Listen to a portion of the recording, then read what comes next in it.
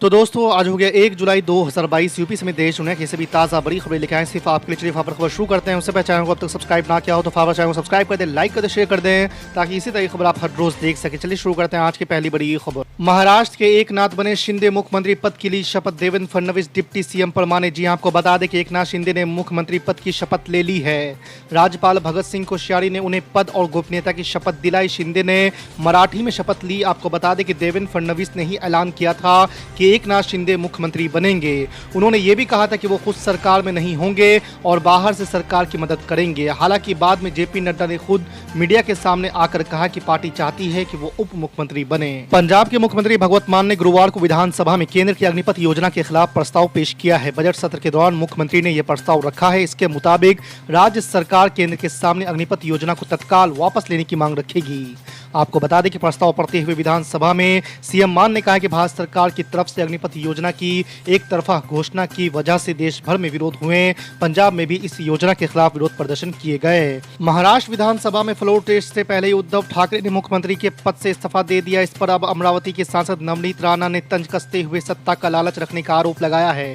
उन्होंने कहा कि उद्धव ठाकरे ने इस्तीफा तो दे दिया है लेकिन इसमें बहुत देरी कर दी। वो आखिरी तक पद के लालच में ही बने रहे। एक टीवी चैनल से बातचीत में नवनीत राणा ने कहा है कि उन्होंने इस्तीफा देने में देरी कर दी थी। जिस दिन उनके परिवार के 40 सदस्य घर छोड़कर बाहर निकले थे उसी दिन इस्तीफा दे देना था। देश में कोरोना वायरस की चौथी लहर क्या दबे पांव दस्तक दे रही है? ये सवाल इसलिए उठ रहा है क्योंकि बीते काफी दिनों से कोरोना के नए केसों में लगातार इजाफा हो रहा है। यही नहीं, इसके चलते एक्टिव केसों की संख्या 1 लाख के पार पहुंच गई है। आपको बता दें कि गुरुवार को बीते एक दिन में नए केसों का आंकड़ा 18,819 दर्ज किया गया है। इसके साथ ही एक्टिव केसों की संख्या तेजी से बढ़ रही है। आपको बता दें कि ऐसा करीब 4 महीने के बाद हुआ है जब कोरोना के एक्टिव केसों की संख्या 1 लाख से ज्यादा हो गई है। दिल्ली हाईकोर्ट शुक्रवार को fact checking website alt news के संस्थापक मोहम्मद जुबैर की याचिका पर सुनवाई करने के लिए तैयार हो गया है। उन्होंने याचिका में अपनी गिरफ्तारी और हिरासत में पूछताछ को चुनौती दी है। उनके वकील ने हाई कोर्ट की अवकाश पीठ के समक्ष मामले का उल्लेख किया। उन्हें उल्लेख की अनुमति दी गई है और अब आज मामले की सुनवाई होगी। दिल्ली के विधायकों के वेतन में जल्द ही 67% का इजाफा होने वाला है। उपराज्यपाल विनय कुमार सक्सेना ने विधायकों के वेतन वृद्धि वाले विधेयक को मंजूरी दे दी है। आपको बता दें कि दिल्ली के विधायक भारत में सबसे कम वेतन पाने वाले विधायकों में से एक हैं। दिल्ली सरकार ने सोमवार से दिल्ली विधानसभा का 2 दिवसीय सत्र बुलाया है जिसमें विधायकों के वेतन और भत्तों में संशोधन को लेकर विधेयक पेश किया जाएगा। इस विधेयक के पास होते ही करीब 7 साल से लंबित वेतन वृद्धि का रास्ता खुल जाएगा। अग्निपथ योजना और उदयपुर हत्याकांड पर कांग्रेस नेताओं के बयानबाजी के बाद पार्टी सतर्क नजर आ रही है। खबर है कि कांग्रेस जल्द ही सार्वजनिक तौर पर दिए जाने वाले बयानों को लेकर एडवाइजरी जारी करने जा रही है। कांग्रेस की तरफ से यह फैसला ऐसे समय में लिया गया है कि जब हाल ही में वरिष्ठ नेता मनीष तिवारी और आचार्य प्रमोद कृष्णम को अपने लेख और बयान के चलते पार्टी की नाराजगी का सामना करना पड़ा था। आपको बता दें कि इंडिया टुडे की रिपोर्ट के अनुसार पार्टी की टास्क फोर्स के एक सदस्य ने बताया है कि अहम मुद्दों को लेकर सार्वजनिक तौर पर जाने से पहले सभी वरिष्ठ नेताओं को पार्टी के मत के बारे में जानकारी देने का फैसला लिया गया है। असदुद्दीन ओवैसी की पार्टी में हुई टूट पर बिहार एमआईएम के अध्यक्ष अख्तरुल ईमान ने कहा है कि यह सीमांचल के लोगों के साथ बड़ा धोखा हुआ है। अख्तरुल ईमान ने कहा है कि हमारी पार्टी के विधायकों ने सीमांचल के मजबूर और पीड़ित लोगों को धोखा दिया है।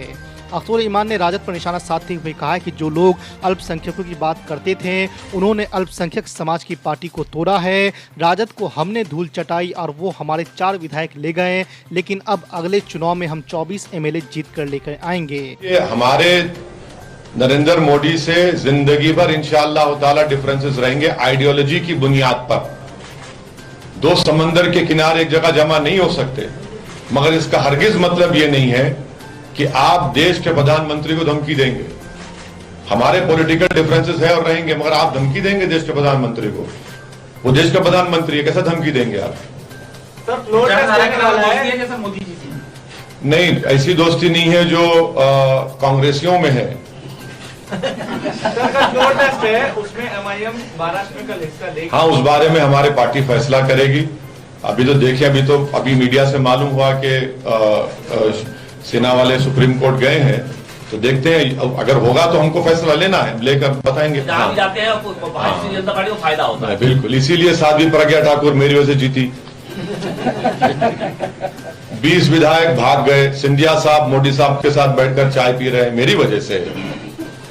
हाँ, आपको मध्य प्रदेश में जनता सरकार देती है, आप शिवराज साहब को मुख्यमंत्री बना देते हैं, हमारी वजह से। ये जो साहब बोलते हैं ना, ये इनको दिमाग नहीं है। वो तेलंगाना में भी कांग्रेस के थे, कांग्रेस को दफना दिए। आंध्रा में इनकी वजह से टीआरएस बनी, वो कभी बाद में बताएंगे आपको ऑफ द रिकॉर्ड क्यों बनी। पर सवाल ये है कि सर आप अपनी दम पर कहीं भी सरकार बनाने की स्थिति में नहीं है। देखिए चुनाव लड़ते तो बिल्कुल खुद सही, काटेंगे सर आप। बिल्कुल सही है। हम सरकार नहीं बनाना चाहते, हम बल्कि मैं ऑन रिकॉर्ड ये कह रहा हूं कि हिंदी हार्टलैंड में जो मुसलमान हैं, हम उनसे अपील कर रहे हैं कि आप सरकारों को नहीं बदल सकते। आप अपने वोट से अपने नुमाइंदों को, दलित और आदिवासी समाज को लेकर आप अपने उम्मीदवारों को कामयाब करिए, ताकि विधानसभा हो या लोकल बॉडी हो, वहां पर आपका रिप्रेजेंटेशन हो। आप अपनी लीडरशिप को बनाइए। तो ये हमारी लड़ाई सत्ता में आने की नहीं है, हमारी लड़ाई हिस्सेदारी की लड़ाई है। अब ये जो सत्ता की बात करते हैं, जो 30-30 साल से यहां पर विधायक बने हैं, उनकी विधानसभा में जाकर देखिए, स्कूल तक नजर नहीं आता आपको। यहां पर जो लिटरेसी रेट मुसलमानों का है वो लोवेस्ट है, और गवर्नमेंट ऑफ इंडिया का डेटा है कि सिर्फ 24,000 या कितने हायर एजुकेशन मुसलमान पढ़ रहे हैं।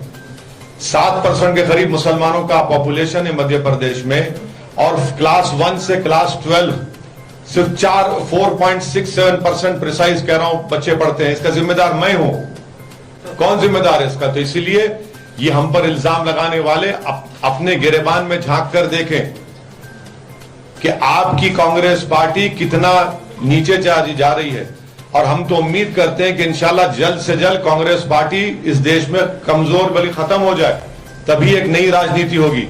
कांग्रेस पार्टी की वजह से ही 2 मर्तबा नरेंद्र मोदी देश के प्रधानमंत्री बने हैं। हम सिर्फ 3 लोकसभा की सीट पर लड़े। बोलने के लिए तो बहुत है, इनको डर इस बात का है कि देश का मुसलमान अगर पॉलिटिकल लीडरशिप और पॉलिटिकल रिप्रेजेंटेशन की हिस्सेदारी की बात समझ लेगा, तो इनकी जो बची कुची राजनीति वो भी खत्म हो जाएगी। इसीलिए आज आप देखते हैं कि कांग्रेस पार्टी का इतना बुरा हाल है कि इनके बहुत बड़े नेता, जब दिल्ली में ईडी उनको बुलाती है तो 100 लोग को जमा नहीं कर पाते रोड पे। ये लोग 100 लोग को जमा नहीं कर पाते, ये इनका हाल है। मतलब आप जो है कांग्रेस की वोट काट रहे हैं? नहीं, हम अपना एक मुकाम पैदा करना चाह रहे हैं। लड़ाई अगर बीजेपी से, तो हाँ, भाजपा से भी लड़ाई है, क्यों नहीं है? तो अपोजिशन को सपोर्ट कीजिए सर। क्यों? अगर बीजेपी से हाँ, लड़ाई है। आप कांग्रेस के स्पोक्स पर्सन है तो बात करा दीजिए। मैं तो पत्रकार हूं। नहीं, आप ऐसा बात करें, कांग्रेस के स्पोक्स पर्सन है आप, इतनी आपको ना, अरे आप ये सब बहुत आसान